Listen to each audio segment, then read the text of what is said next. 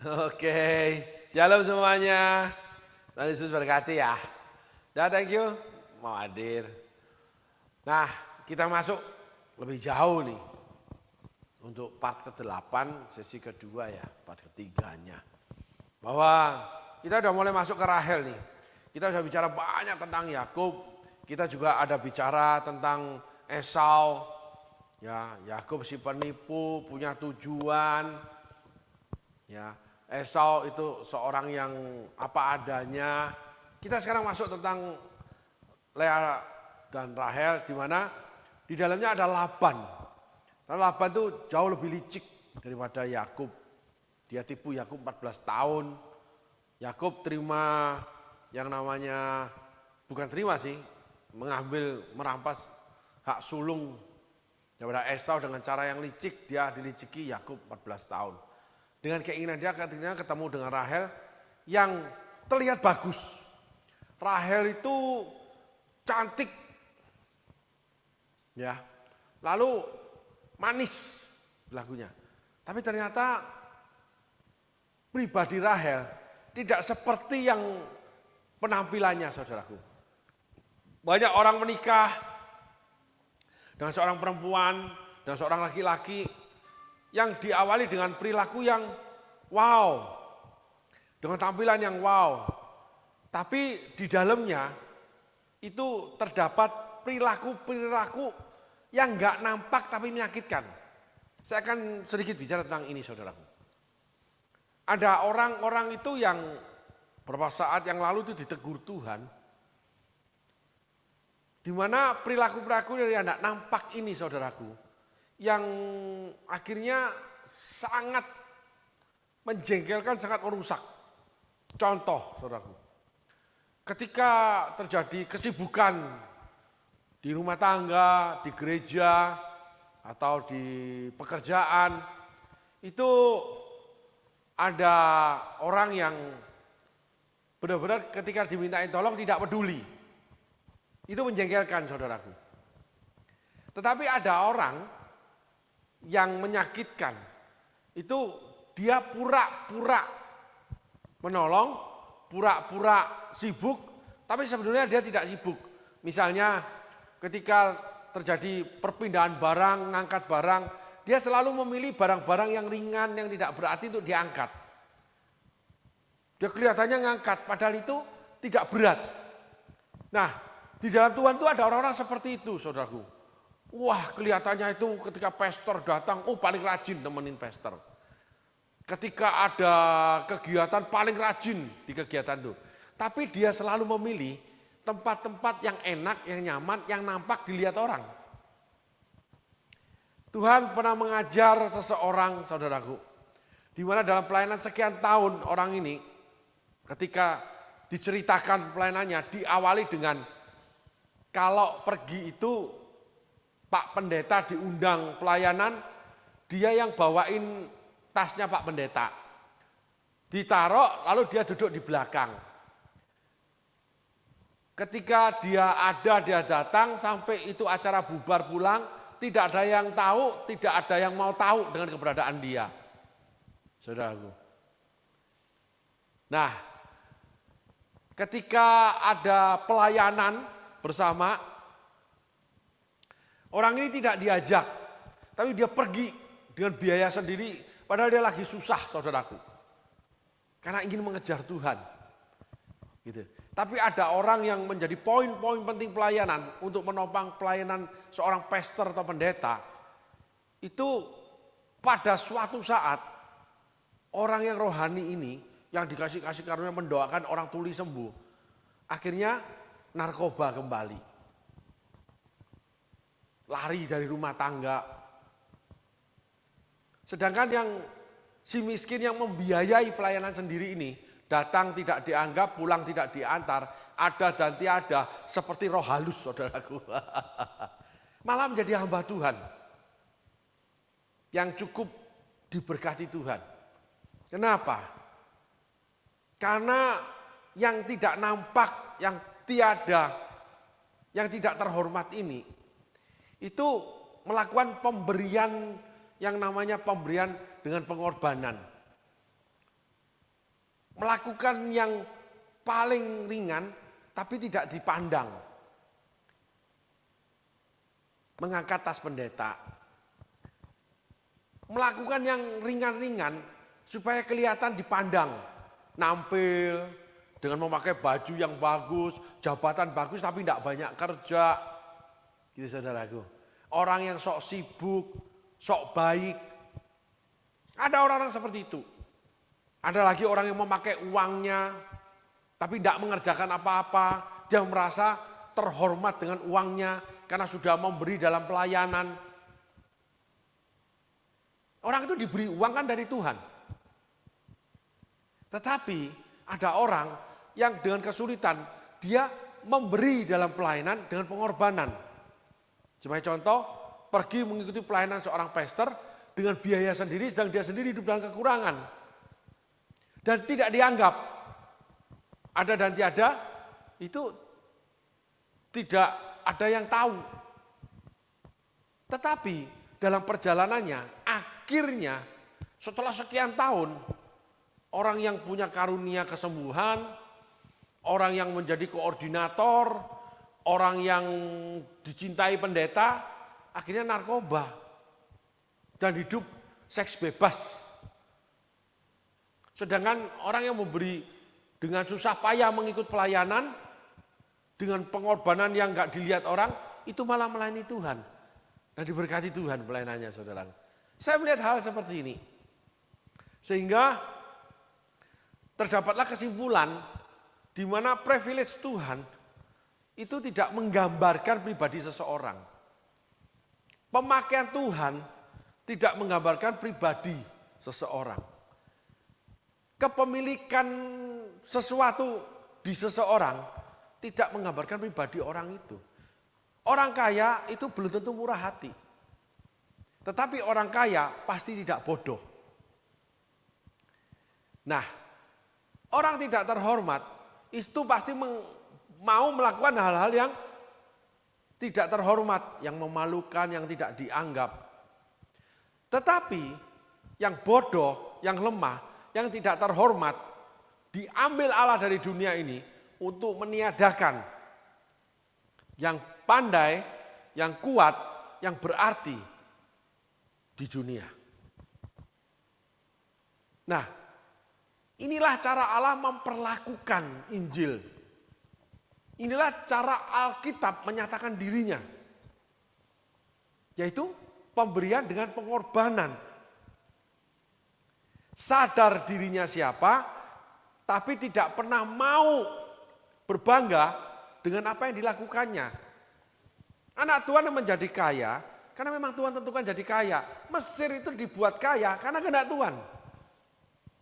Karena Tuhan mempersiapkan untuk menampung namanya calon bakal atau benih umat Tuhan. 12 anak dan cucu Yakub. Karena ada anaknya Yusuf. Allah mempersiapkan ke Mesir dibuat kaya. Mempersiapkan Mesir untuk menerima Yusuf. Mempersiapkan Mesir untuk menerima Musa.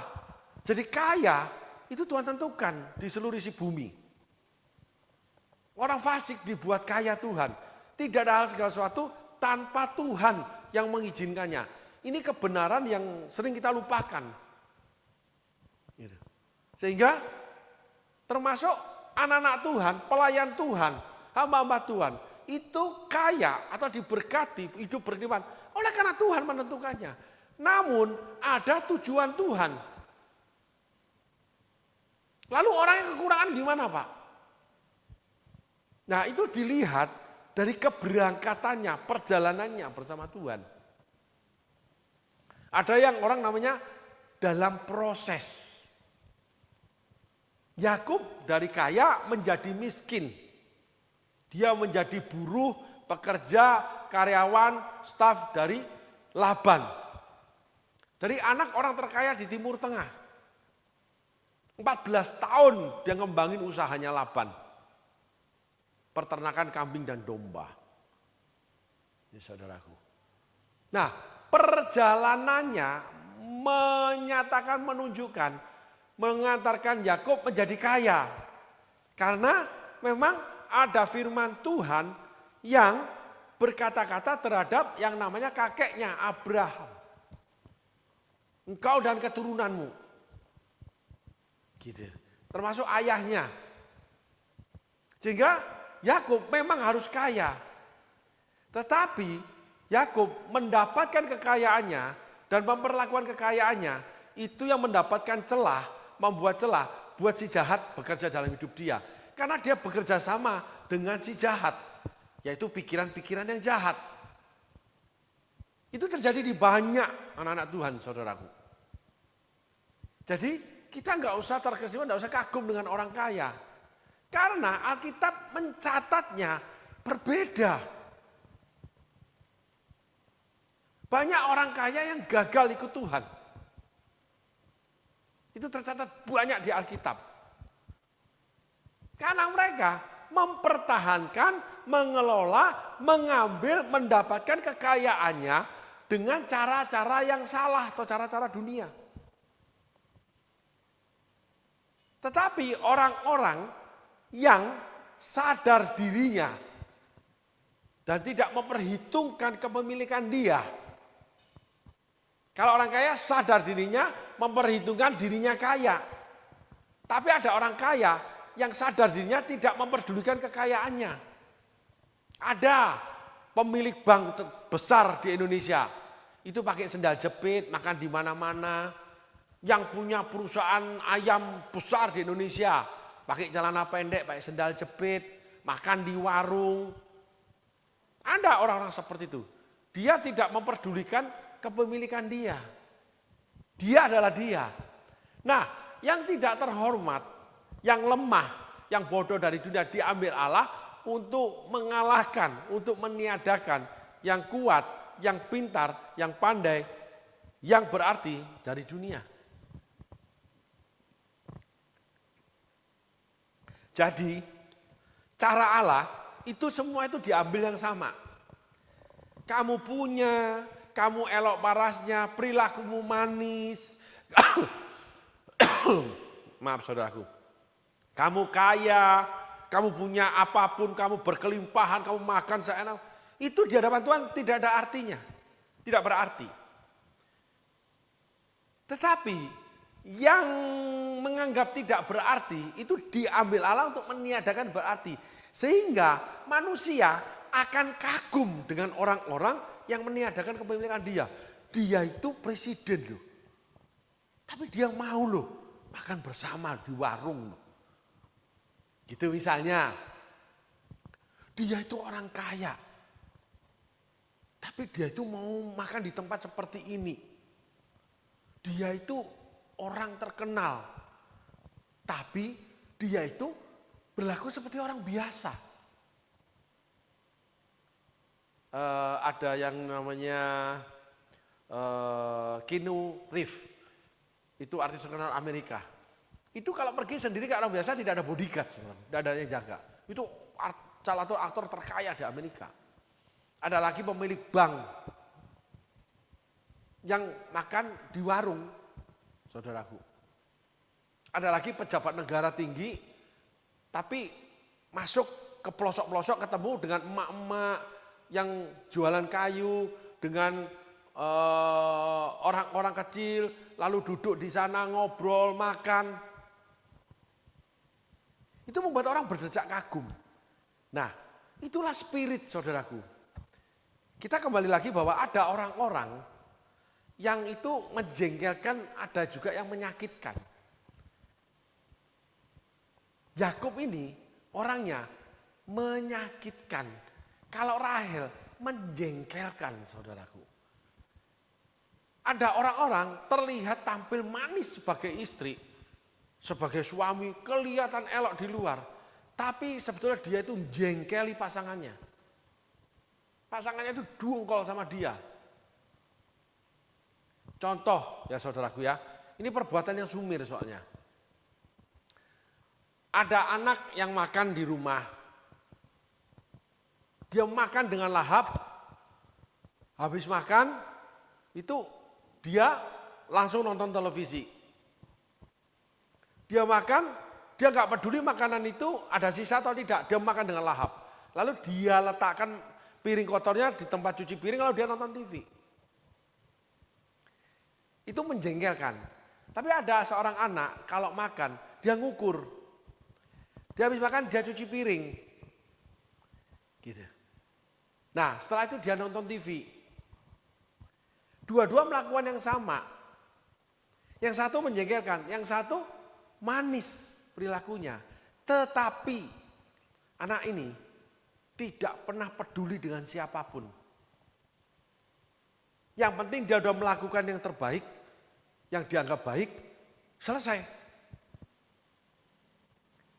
Jadi apapun keadaan orang, dia nggak peduli nonton TV. Ada anu nggak? Ada di meja. Ada nggak? Jadi keadaan orang apapun dia nggak peduli. Ada orang memberi kepada Tuhan, kelihatan jumlahnya besar, tapi hatinya nggak peduli dengan pelayanan Tuhan. Ada orang yang melayani rajin, tapi hatinya nggak peduli dengan kebutuhan gereja. Saudara bisa nangkep ya? Orang yang terlihat baik, perilaku manis, tapi menyakitkan akhirnya. Kenapa? Karena nggak peduli. Ada orang yang membangun rohani, tapi nggak peduli dengan Tuhannya. Dia cuma peduli dengan yang namanya keinginannya. Dia memanggil nama Tuhan. Dia bergumul dengan Tuhan untuk diberkati. Dia bekerja mati-matian untuk mendapatkan apa yang diingininya. Kan kalau menurut ukuran dunia itu kan baik-baik saja, nggak ada yang salah.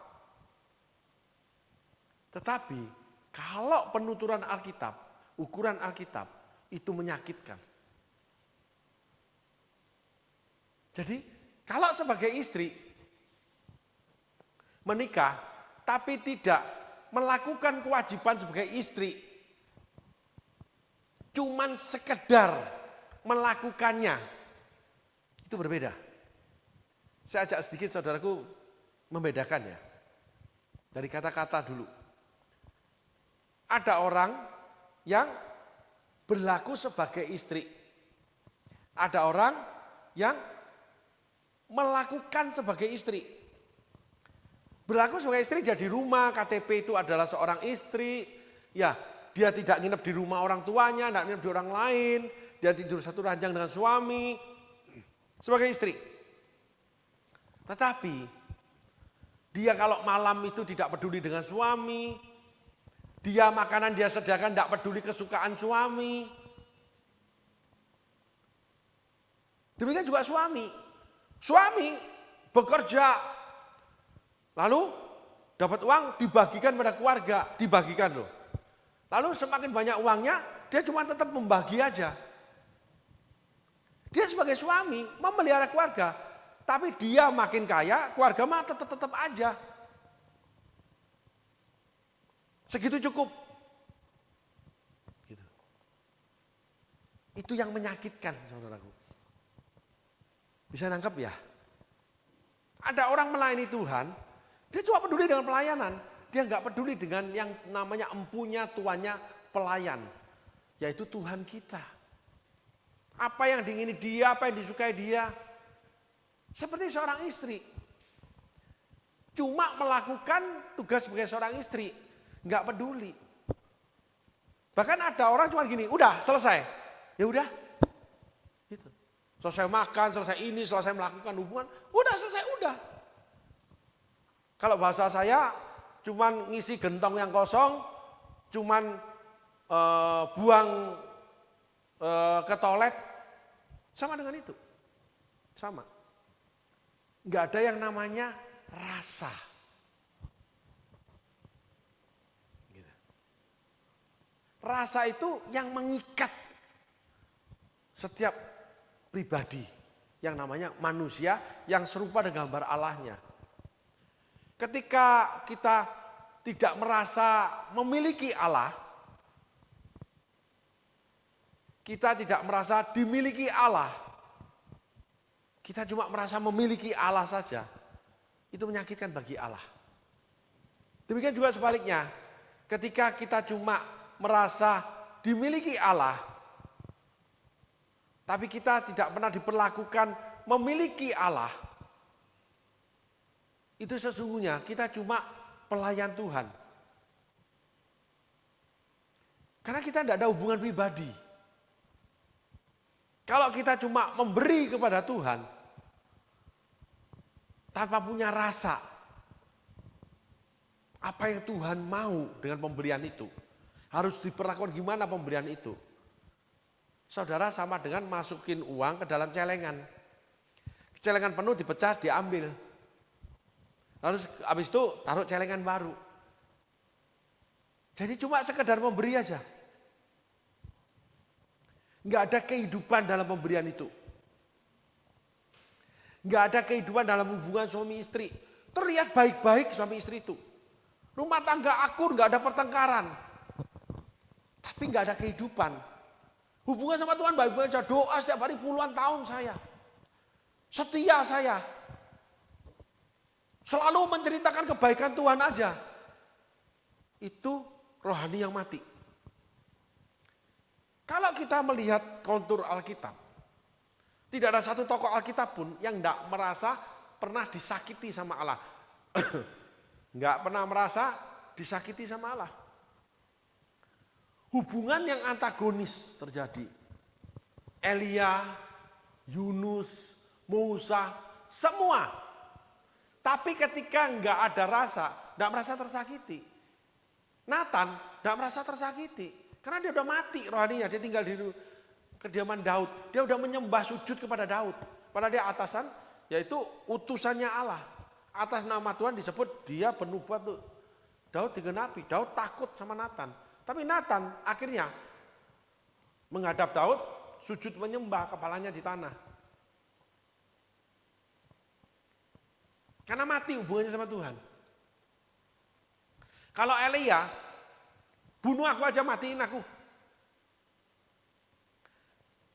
Terus ketemu di gua, semua nabimu mati, begini, ini cerita dengan emosi. Tuhan gak tanggapin tuh. Dah, kamu pergi. Dikasih pelayanan yang baru, 3 pelayanan. Ada sebuah hubungan emosi, saudaraku. Kalau keinginan, setelah mendapatkannya, hubungan itu mati. Kalau cuma ingin jadi istri, hubungan itu mati. Kalau cuma menjadi suami yang menghidupi keluarga, hubungan mati. Karena ukurannya cuma itu. Kalau cuma melayani Tuhan, masuk surga, melayani Tuhan berkenan, melayani Tuhan karena panggilan, hubungannya mati. Harus di dalamnya ada namanya hot. Salah satunya pertengkaran, perselisihan dengan Tuhannya. Ketidakmengertian dengan Tuhan. Penyesalan, ada kecewa dengan keadaan. Berarti keinginannya untuk memiliki Tuhan dan dimiliki Tuhan itu hidup. Kecewa, kok enggak mendapatkan? Oh ternyata mendapatkan itu jadi kecelakaan buat saya. Oh ternyata Tuhan sediakan lebih baik. Oh ternyata itu untuk ujian buat saya. Ada jawaban, ada alasan. Itulah kehidupan saudaraku, itu rasa.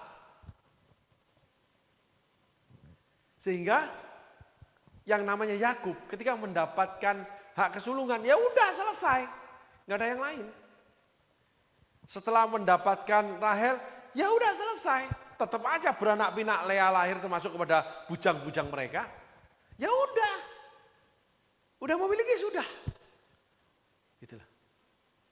Kalau Lea ada keinginan timbal balik dengan Yakub, walaupun Yakub belum memberikannya. Berjuang memberi terbaik buat Yakub. Sampai akhirnya diakui Yakub, dizinjai Yakub dia. Gitu. Ketika udah mendapatkan kekayaan, Yakub udah nggak mau lagi sama Laban. Ketika udah mendapat kekayaan dari Allah, udah nggak mau lagi berkorban untuk Allah, nggak ada. Tetap memberi loh, bisa. Tetap di gereja, bisa. Tapi berjuang memberi dalam pengorbanan untuk gereja, udah nggak ada. Nah, kehidupan rohani itu, nyawa itu pengorbanan. Dasar daripada salib Kristus itu darah yang tertetes tercurah habis. Nyawanya diserahkan kepada Bapa darah atau nyawa. Sakitnya luar biasa. Tapi tetap melakukannya. Enggak mau, tapi tetap melakukannya. Enggak bisa, tetap melakukannya. Karena Tuhan mau. Nah, itulah yang namanya pemberian dengan pengorbanan. Itu namanya kehidupan dimiliki dan memiliki Allah. Sehingga pribadi ke pribadi itulah hubungan Musa dengan Tuhan. Penuh dengan emosi. Elia sama Tuhan penuh dengan emosi. Tergambarkan dari hubungan dengan sesama penuh emosi. Jadi hubungan suami istri yang penuh dengan emosi sesungguhnya itu hidup. Tapi kalau anteng saja itu mati. Karena enggak ada rasa yang namanya ketidaksukaan. Yang enggak membuat enggak nyaman, enggak enak. Di kedua belah pihak pasti harus ada. Tuhan juga bisa enggak berkenan sama kita. Tuhan merasa enggak nyaman dengan pemikiran kita, perbuatan kita. Tuhan bisa berduka, Tuhan tuh sedih, Tuhan tuh murka. Ada gejolak hubungan di dalamnya. Tapi kalau baik terus ya, nggak beres hubungan kita ini nggak beres. Orang itu baik terus sama kita, orang itu nggak beres sama kita nggak beres. Kalau hidup, ketika orang itu mau berkorban untuk kita, dengan namanya mengutamakan, menomorsatukan. Sehingga utamakanlah Tuhan. Jadi ada apa-apa, aku teringat. Dapat duit langsung kepada keluarga. Berarti utamanya itu keluarga.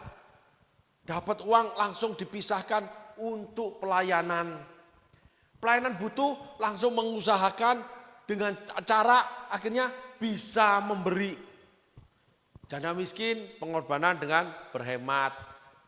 Ada banyak cara memberi. Ada orang itu yang mengumpulkan teman-temannya untuk memberi. Padahal dia orang kaya tapi dia menjadi kolektor. Jadi dia mengkolektif teman-temannya. Membuang gengsi. Gitu. Ada pengorbanan. Nah itulah kasih saudaraku. Kalau istri nggak ada pengorbanan, suami nggak ada pengorbanan. Terus di dalam pengorbanan itu mengutamakan. Jadi kalau ngasih duit ke Tuhan cuma sisanya. Ngasih duit ke Tuhan cuma sekian. Dipatok sekian, itu enggak utama Tuhannya. Enggak utama Tuhannya. Sehingga yang utama dan hukum yang terutama, kasihlah Tuhan Allahmu, itu enggak ada, sama orang itu enggak ada. Termasuk orang-orang baik sama kita. Enggak ada. Yakub tidak mengutamakan Laban, Laban tidak mengutamakan Yakub. Rahel tidak mengutamakan Yakub. Yakub mengutamakan Rahel, tapi akhirnya kecewa. Gitu. Nah inilah hubungan antar manusia yang hidup. Seringkali banyak kali kita dapatnya hubungan yang hidup itu disukai oleh banyak orang. Khotbah yang baik aja terus. Wah, beribu-ribu orang mendatangi. Enggak, itu khotbah yang mati. Enggak ada hidup itu baik terus, enggak ada. Enggak ada kita bisa sehat terus, enggak ada. Pasti ada mengalami sakit. Enggak ada hidup itu senang terus, pasti pernah mengalami sedih. Ada mengalami kesakitan. Dilukai, terlukai. Itu menandakan hidup kita ini. Gereja itu akan hidup kalau ada emosi yang berputar. Kalau enggak mati, orang cuma dijejelin buku, namanya buku kehidupan dalam pengertian, pulang. Dia enggak bisa melakukan karena enggak ada hubungan. Dengan berita itu enggak ada hubungan. Cuman kagum aja. Wah, kesaksiannya mujizat ya. Wah, dia sendiri ketika sakit, ketika mengalami keadaan sama, belum tentu dia punya iman mujizat, paling nompleng aja dan tidak dapat apa-apa. Itulah namanya penonton rohani, penonton kehidupan, cuma tepuk tangan aja semua. Dan mereka akan menjadi kritikus. Seperti penonton sepak bola, menyalahkan pemain sementara dia sendiri tidak bisa main.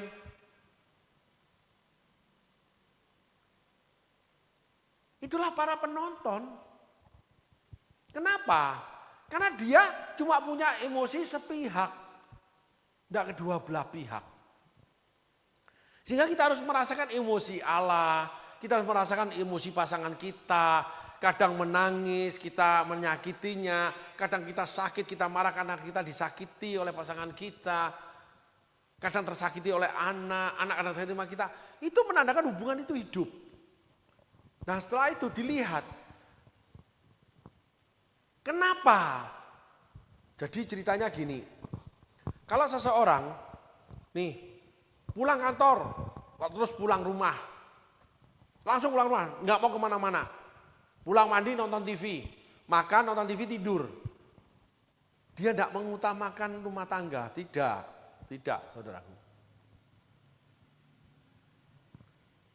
Orang itu kalau mengutamakan rumah tangga, dia dapat apapun selain pulang ke rumah, dia itu memberi pada rumah tangganya.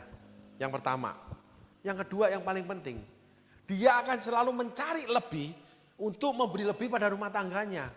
Jadi nggak kerja, habis itu selesai pulang, dapat segini, cukupin. Sementara aku mencari hiburan, healing. Itu namanya cuman kewajiban tanpa pengorbanan.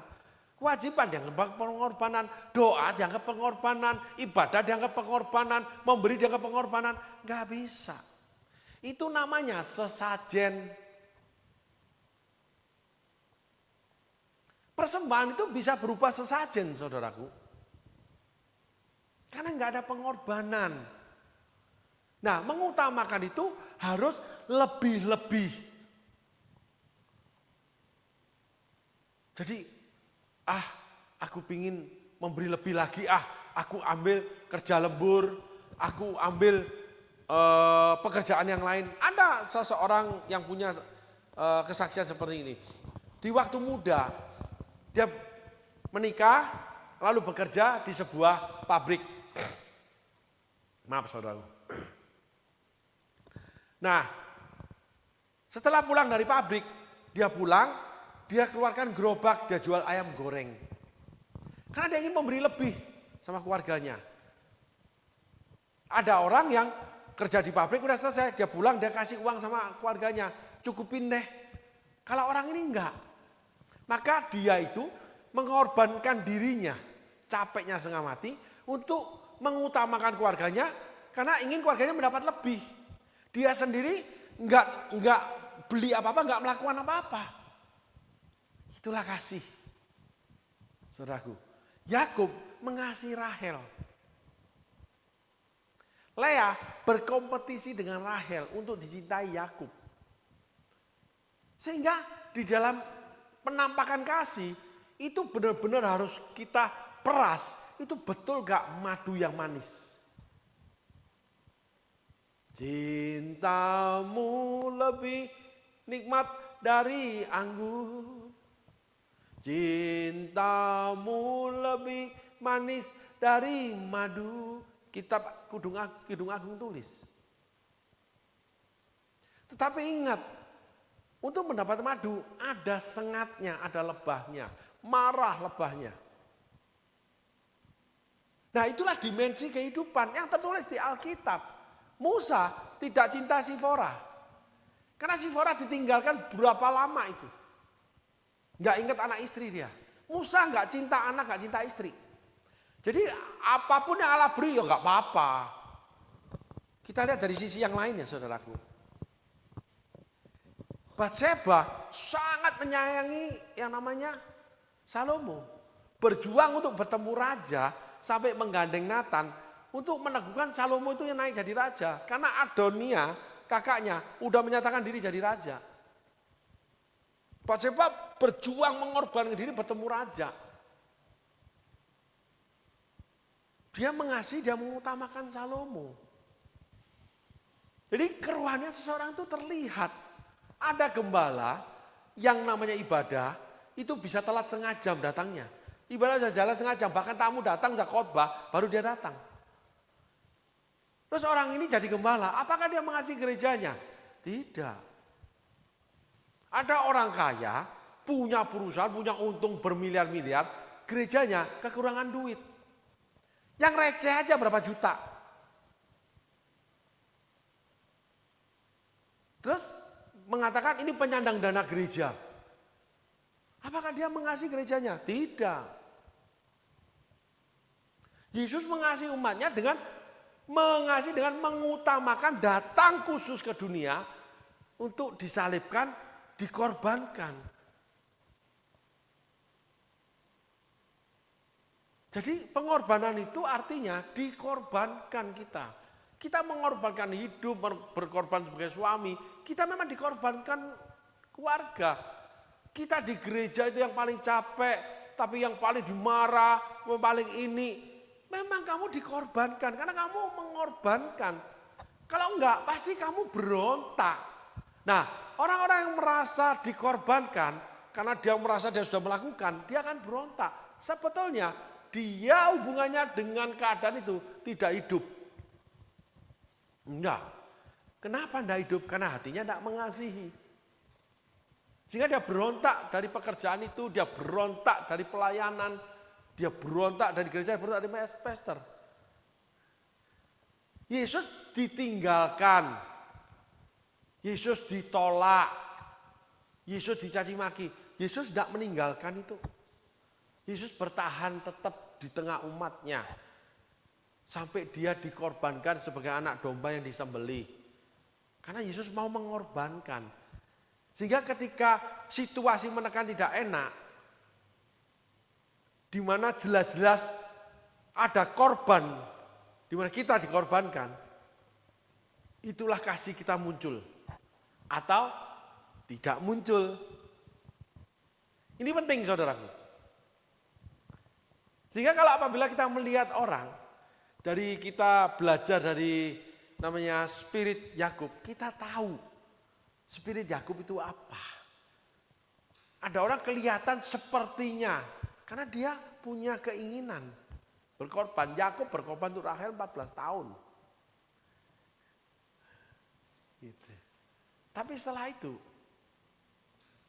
dia lebih mencintai Lea akhirnya. Karena dia sudah mendapatkan keinginannya. Yakub berjuang untuk Laban. Tapi setelah Yakub memulai kekayaan, Laban ditinggal. Nah, di sini kita bisa lihat kasih itu apa sih sebetulnya. Secara gambaran sederhana aja, saudaraku. Termasuk suami istri, bos dengan bawahan, pekerja dengan pimpinannya, owner, dan sebagainya. Termasuk gembala dengan jemaatnya, jemaat dengan gembala, para pelayan Tuhan dengan gembalanya, pelayan Tuhan dengan jemaatnya.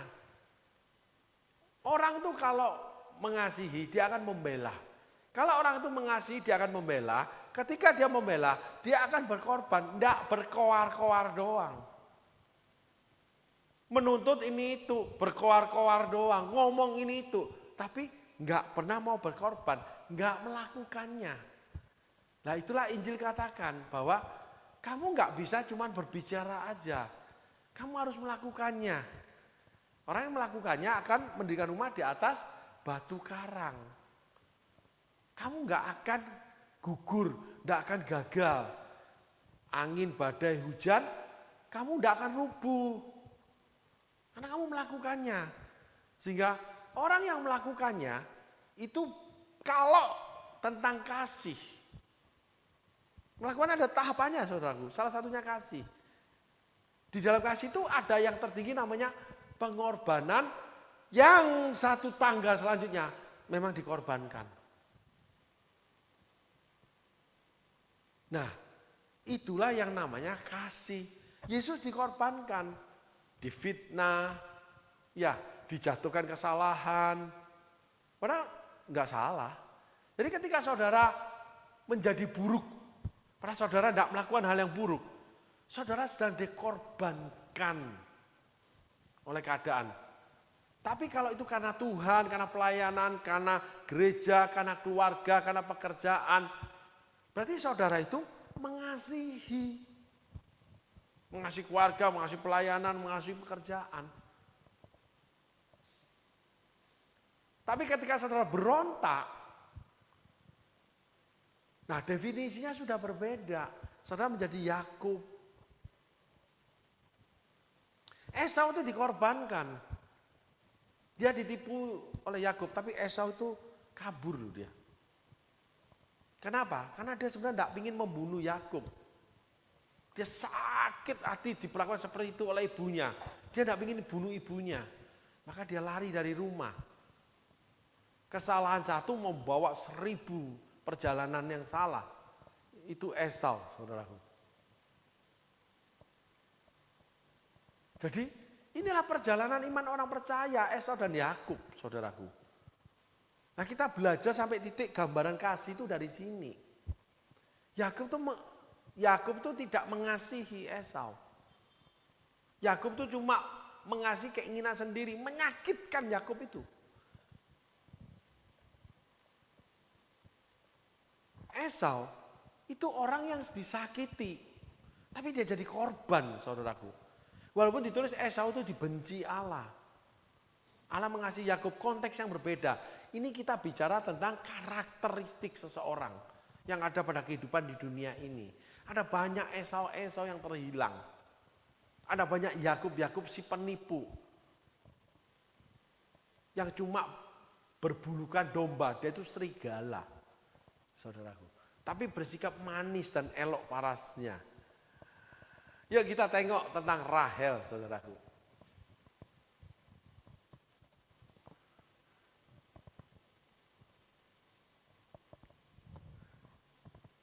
Ayat selanjutnya.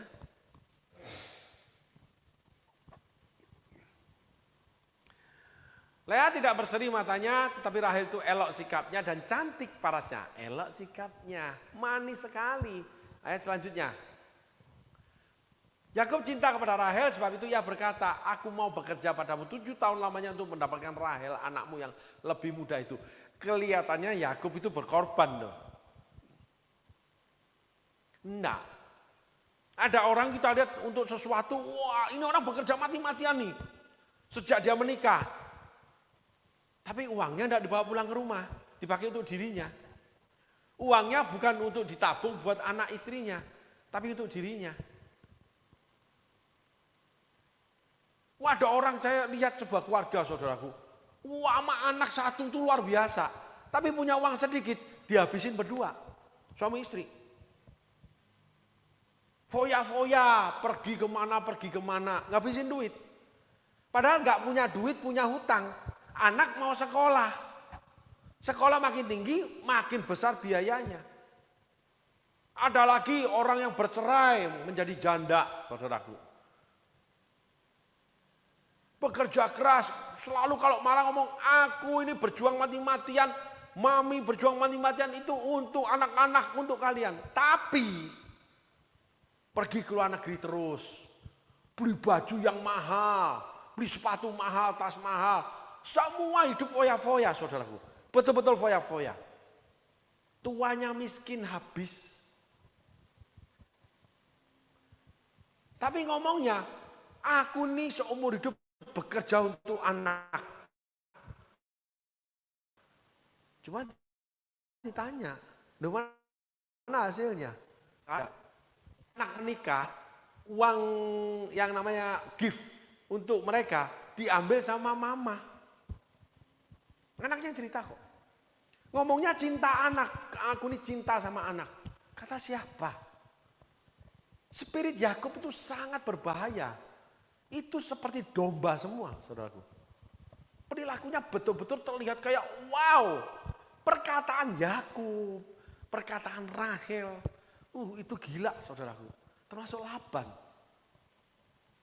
Kisah keluarga ini menceritakan banget serigala berburu domba. Dan itu terjadi pada orang-orang percaya, anak-anak Tuhan.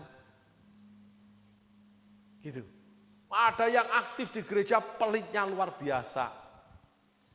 Oh, ada yang belajar terus tapi nggak pernah mau dipakai untuk pelayanan. Ada yang hadir terus di gereja tapi nggak pernah peduli dengan kebutuhan gereja. Kayaknya ke Tuhan itu luar biasa. Tidak, saudaraku. Nah, itu adalah spirit Yakub si penipu. Rahel itu elok. Tapi tidak elok karakternya. Itu yang menyakitkan buat Yakub. Yakub itu menyakitkan buat Laban. Yakub menyakitkan buat Esau. Kalau Esau menyakiti diri sendiri. Musa menyakiti diri sendiri. Enggak menyalahkan orang lain, enggak mencari korban orang lain, enggak penampilan bagus. Enggak. Apa adanya. Esau lambang kejujuran, saudaraku. Tapi dia berhasil membangun hidup. Saya enggak bicara tentang perkenan Tuhan ya. Dalam sisi yang berbeda. Karena semangkuk kacang merah. Tapi karakter yang ada, yang melekat pada Esau, yang melekat pada Yakub. Ada kelebihan Yakub ada, tapi kita bicara sisi gelapnya ini, saudaraku. Nah, ini yang terjadi di gereja. Gitu. Ada orang dekat sama pastornya, tapi jadi batu sandungan buat orang lain. Menjadi penyumbat buat orang lain tuh bertumbuh rohaninya. Dia menjadi pintu tertutup buat orang mendapat kemajuan rohani. Karena dia paling dekat dengan pastornya. Banyak itu di pelayan Tuhan, saudaraku. Yang kita banyak orang yang tidak mau mengakui, terlihat baik-baik saja. Sehingga gereja itu akan mati hubungan antar manusianya. Mati hubungan yang namanya dua arah dengan Allahnya. Karena yang baik-baik saja yang ditampilkan.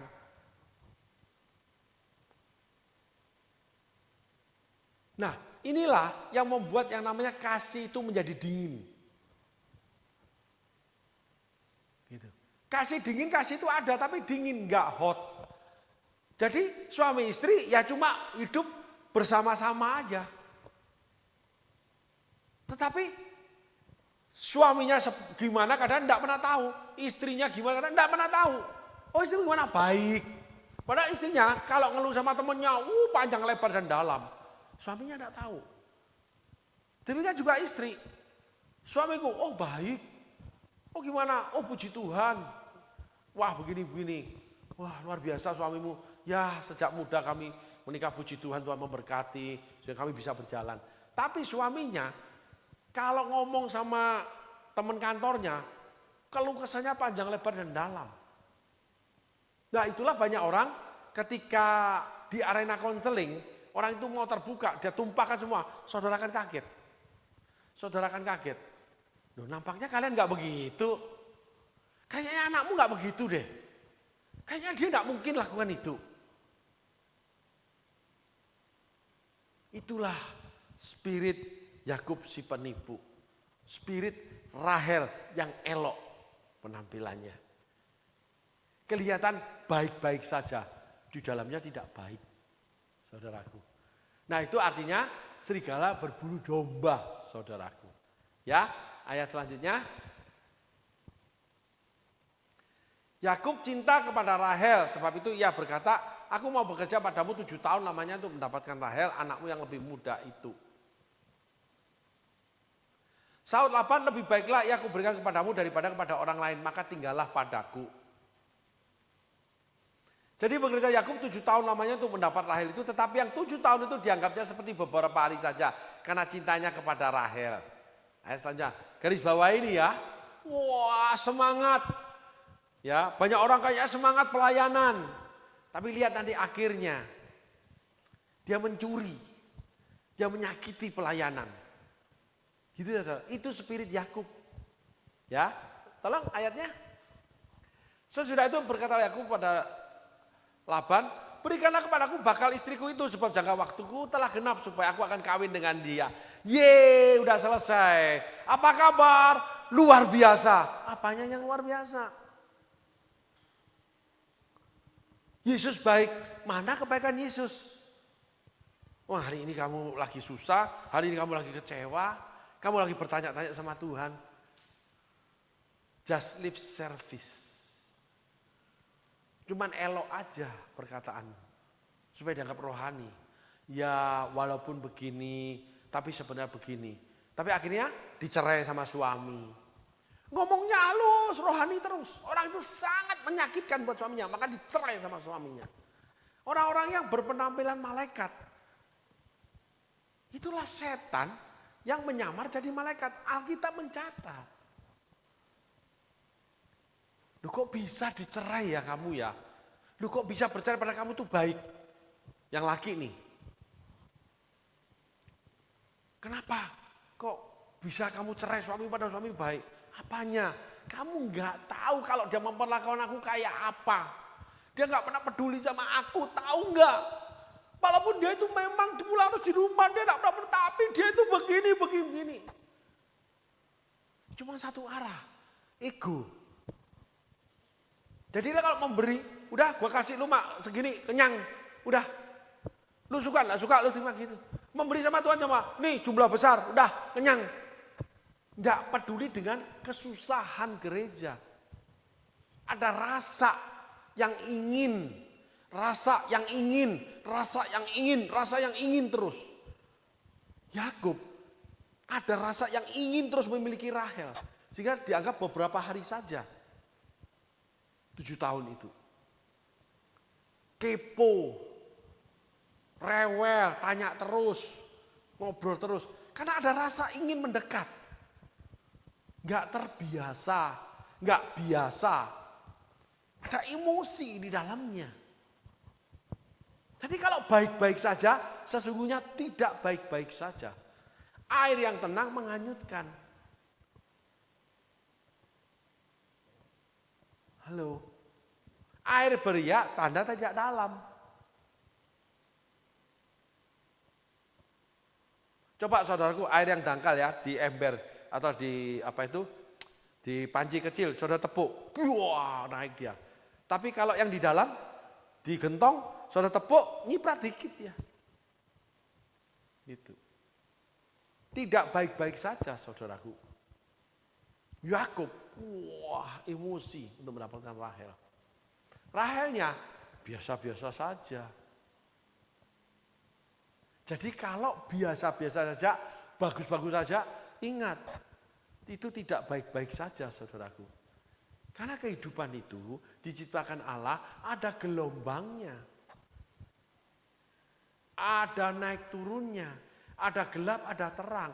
Demikian hidup berjalan bersama Tuhan, hidup bersama Tuhan, hidup di dalam Tuhan. Itu ada gelombangnya, ada pagi, ada siang, ada petang, ada malam.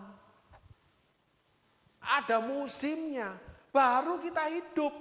Kalau biasa saja, ya udah aku udah ngasih gereja diberkati. Jadi setiap tahun aku keluar negeri, hidup begitu enak, soal kerjaan enak. Hubunganmu mati sama Tuhan. Tiba Tuhan, loh Tuhan kok begini, kok aku diminta segini. Loh Tuhan, aku ini kok enggak ada tiba-tiba. Loh Tuhan, ada gelombang. Berarti kamu hidup. Ada musimnya. Di setiap musim hidupku. Gitu. Musim itu selalu berganti, saudaraku. Maka hubungan Daud sama Tuhan itu luar biasa. Hubungan Musa sama Tuhan luar biasa. Ada murka, ada marah, ada kecewa. Dari pihak Tuhan, dari pihak Musa, dari pihak Daud. Kalau Saul enggak baik-baik saja. Salomo enggak baik-baik saja sama Tuhan. Elia, wah gelombang dia marah sama Tuhan. Elisa marah dengan Naaman, marah dengan anak-anak yang ngolok-ngolok dia. Ada emosi, ada keinginan. Kalau Rahel, biasa-biasa saja. Sehingga cuma status yang kita miliki. Kita cuma mendapat status, oh donatur gereja, penyumbang gereja. Tapi hatinya tidak pernah ada di gereja. Oh itu suami saya, hatinya tidak pernah ada di suaminya. Juga suaminya tidak pernah ada di dia. Mati hubungannya saudaraku. Nah di dalam kematian itu ada kompetisi dengan pihak luar. Selalu hubungan kita mati dengan Tuhan, kita ada kompetisi dengan pihak luar. Dengan mamon, mengajar kedudukan, mengajar keinginan yang bukan dari Tuhan.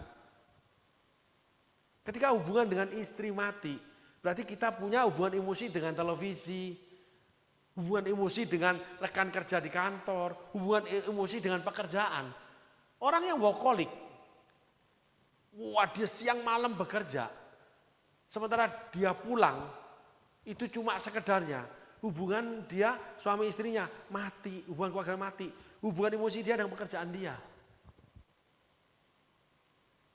Jadi ketika saudara tidak ada emosi dengan Allah, saudara tidak mendapatkan emosi Allah, ada keinginan saudara loh, yang bukan keinginan Allah. Gitu. Yuk kita pelajari lebih dalam lagi saudaraku. Tolong ditayangkan ayatnya. Lalu Laban mengundang semua orang tempat itu dan mengadakan perjamuan. Tapi pada waktu malam dia ambil nyalah Lea anaknya lalu dibawanya kepada Yakub, maka Yakub pun menghampiri dia. Lagi pula Laban memberikan Silpa budaknya perempuan kepada Lea anaknya itu menjadi budaknya. Tetapi pada waktu pagi tampaklah bahwa itu Lea, lalu berkata Yakub kepada Laban, apakah yang kau perbuat terhadap aku ini? Bukankah untuk mendapat Rahel aku bekerja padamu? Mengapa engkau menipu aku? Yakub tidak marah.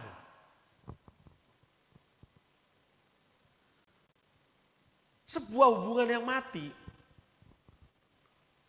itu cara memberikan reaksi. Itu datar aja saudaraku. Jadi ketika saudara mendapat pemimpin, mendapat gembala, mendapatkan jemaat atau mendapatkan karyawan, mendapatkan bos, mendapat kerjaan. Yang apapun masalahnya, itu ditangani dengan yang namanya tanpa emosi. Itu gak ada hubungan pribadi, gak ada rasa, hubungan yang mati. Cuma hubungan kerja, cuma hubungan berjemaat saja, cuma hubungan berkhotbah saya ini. Gak ada beban. Rasa itu mengandung beban. Mengandung beban. Duh, gimana ya dia ya? Jadi gimana dong? Kok aku yang deg-degan? Kok aku yang khawatir? Gitu. Mengandung beban. Di situ yang namanya mulai terjadi pembuahan yang namanya pengorbanan. Akhirnya melahirkan kesakitan, dikorbankan sebagai seorang ibu. Digambarkan seperti itu saudaraku.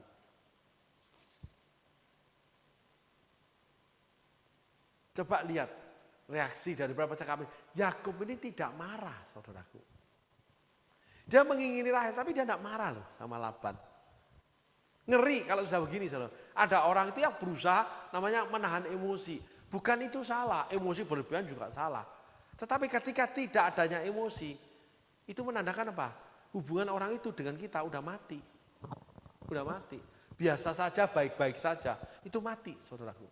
Coba saudaraku selidiki ini. Hubungan suami istri yang tidak ada emosi, itu mati. Tapi yang penuh emosi, itu bergulat luar biasa. Awet rajet, ceritanya gini. Berkelahi terus tapi kangen-kangenan terus. Karena belum merasa memiliki. Belum merasa dimiliki tapi ingin memiliki, dimiliki terus berjalan. Ya bini gua sih, tapi susah sama bini gua ini lu tahu nggak? Ya lu enak lu gini. Iya, tapi begini lu tahu nggak? Gitu. Ya lu lihat aja laki gua kayak begitu, tapi lu tahu nggak gimana cara? Aduh lu, gua nenangin dia setengah mati, lu tahu nggak? Orangnya cerewet begini-begini. Ada emosi bercerita. Enggak, oh iya puji Tuhan. Mati, datar saudaraku. Nah ketika menghadapi dataran itu, saudara harus waspada. Saudara harus sadar bahwa ini mati nih. Laut mati itu tidak ada kehidupan. Dataran yang mati tidak ada kehidupan. Padang gurun aja masih ada kehidupan. Tidak ada namanya pembenihan, tidak ada pembuahan saudaraku. Coba kita lanjutkan ayat selanjutnya saudaraku. Jawab Laban, tidak biasa orang berbuat demikian tempat kami ini. Mengawinkan adiknya lebih dahulu daripada kakaknya. Nah, kenapa kok nggak dibicarakan yang lalu? Ayat selanjutnya. Kok diyesin aja? Penipu Laban itu. Orang yang menyimpan informasi itu sebenarnya kepada yang berhak ya, itu sebenarnya dia itu akan mencegat orang itu dengan informasi ini. Informasi ini tidak diberikan karena dia ingin membutakan orang itu. Itu namanya menipu, saudaraku. Genapilah dahulu 7 hari perkawinanmu dengan anakku ini, kemudian anakku yang lain pun akan kuberikan kepadamu sebagai upah asal engkau bekerja padaku 7 tahun lagi. Loh kok ada penambahan? Jadi disetting sedemikian rupa. Jadi orang, saudaraku, ketika nggak ada emosi, lalu dia punya strategi, orang itu sedang berbuat jahat kepada kita. Ketika saudara tidak ada emosi, lalu memakai strategi, saudara sesungguhnya menjebak orang itu. Ini kehidupan saudaraku yang dibicarakan melalui firman Tuhan ini. Gitu. Yakub dijebak sama Laban. Informasi bahwa adik mesti dikawin lebih dulu, nggak boleh, itu nggak dikasih tahu di awal. Lalu dikasihkah lagi syarat 7 tahun karena kamu nggak mau mesti terima. Jadi kalau saudara memberi pada gereja, melayani pada gereja, mau nggak mau gereja harus terima. Saudara itu jahat, menyakitkan saudara itu. Saudara itu Laban loh. Saudara itu Yakub loh. Laban itu jauh lebih monster. Jadi ketika saudara tidak terbuka, saudara tidak punya beban, saudara itu si penipu seperti Yakub. Dan Yakub itu menyakitkan saudaraku.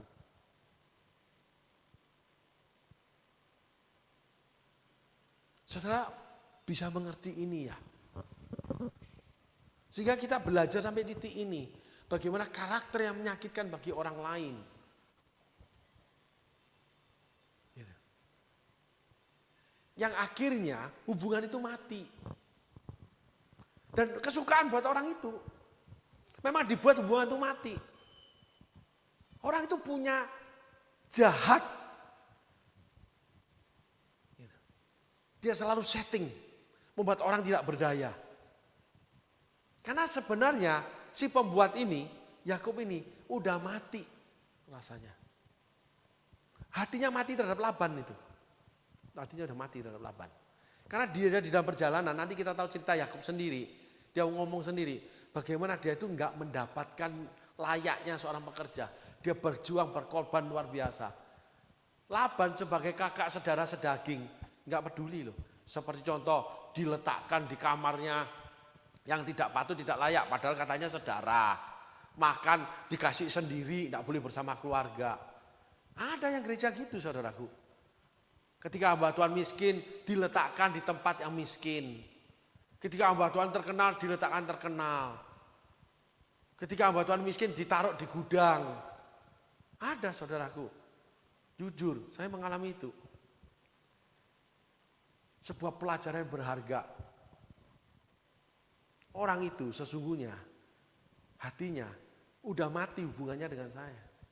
Jadi seada-adanya deh. Kalau nggak diterima nggak enak. Masa digeletakin sih? Ya kasih aja kamar di gudang. Gitu. Di dalam gereja itu ada kasta, saudaraku. Di dalam diri hamba Tuhan itu ada kasta. Itu sangat berbahaya, saudaraku. Saya tutup dengan kesaksian sebuah pelayanan ya saudaraku ya. Di dalam kumpulan pelayanan ini ada kumpulan para pendeta kurang lebih hampir 100 orang. Lalu ada sebuah gereja yang ingin membagikan apa yang dimiliki. Karena banyaknya orang, sebetulnya kalau membagikan itu lebih baik dibagikan kepada para petinggi yang punya pengaruh. Orang-orang yang bisa memberi dampak yang baik terhadap pelayanan. Kan gitu. Karena kita harus mencari keuntungan dong. Enggak. Barang siapa membutuhkan, silahkan ambil barang ini. Oh, yang terpakai sekali, produktif, bukan barang-barang yang tidak dipakai kayak di apa itu namanya, di apa itu, dibuang-buang gitu, saudara. Barang loakan, tidak, saudaraku. Silakan saudara ambil, siapapun silakan, tolong hubungi adminnya. Tidak ada kasta, tidak ada pendekatan terhadap yang mendatangkan keuntungan. Nah, titik ini hati yang memberi tanpa menerima kembali. Memberi dalam pengorbanan atau kematian. Jadi kalau menjadi suami, itu memberi kepada istri, itu nggak boleh nuntut.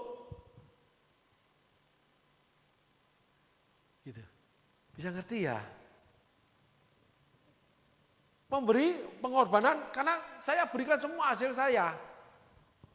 Terus nggak boleh nuntut. Udah memberi ngatur ngambil lagi. Itu bukan namanya beri, itu namanya nitip. Memberi sama gereja nuntut.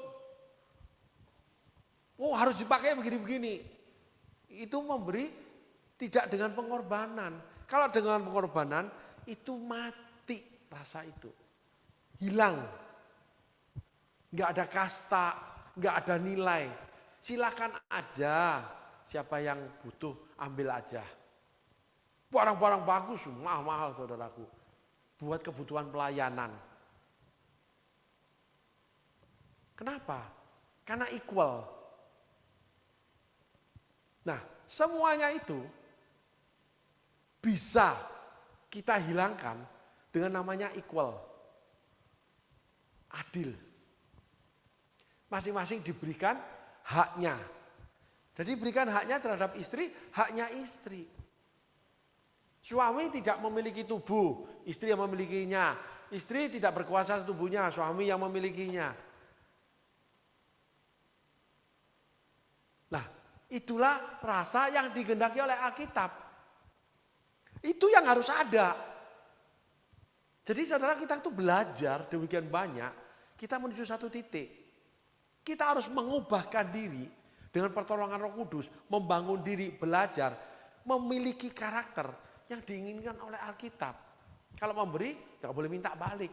Tuhan nanti yang berkati. Sederhananya begitu. Kalau dikorbankan tidak apa-apa. Nanti Tuhan yang muliakan. Seperti Yesus dikorbankan, lalu dimuliakan. Kalau peduli terhadap orang lain, maka Tuhan akan peduli sama kita. Sederhananya kan gitu bahasa gerejanya. Nah, memang harusnya begitu. Kalau tidak, kita tuh tidak punya rasa. Dan celakanya, kalau kita berbulu domba, kelihatannya melayani begini, tapi mati rasa dalam pelayanan. Enggak ada peduli, enggak ada pengorbanan, enggak ada. Begitu mendapat tantangan, udah berbalik lagi, sudah jadi serigala. Itulah pusat perpecahan gereja, pertengkaran, perselisihan, pemberontakan. Gitu. Akhirnya Yakub dengan Rahel berkelahi. Lea tidak berkelahi dengan Yakub. Lea itu yang dikorbankan. Dikawinkan sama Yakub. Yakub nggak mau dikorbanin bapaknya. Tapi Lea berjuang. Akhirnya mendapatkan cintanya Yakub. Dengan cara apa? Datang sama Tuhan. Meminta dibuka kemandulan dia. Nangis sama Tuhan dia. Rahel bersaing tiap kali Lea dapat anak. Beda loh. Saudaraku. Nah, hari ini kita belajar. Terlihat baik tapi tidak baik. Terlihat baik-baik tapi tidak baik-baik. Terlihat manis tapi menjengkelkan. Terlihat elok menyakitkan. Itulah namanya karakter yang terselubung. Semuanya terlihat baik-baik saja. Tetapi sesungguhnya di dalamnya itu adalah dunia kematian. Karena tidak ada rasa. Kecuali kalau kita memberi, tidak boleh punya rasa memiliki. Tuhan Yesus berkati. Terima kasih saudaraku.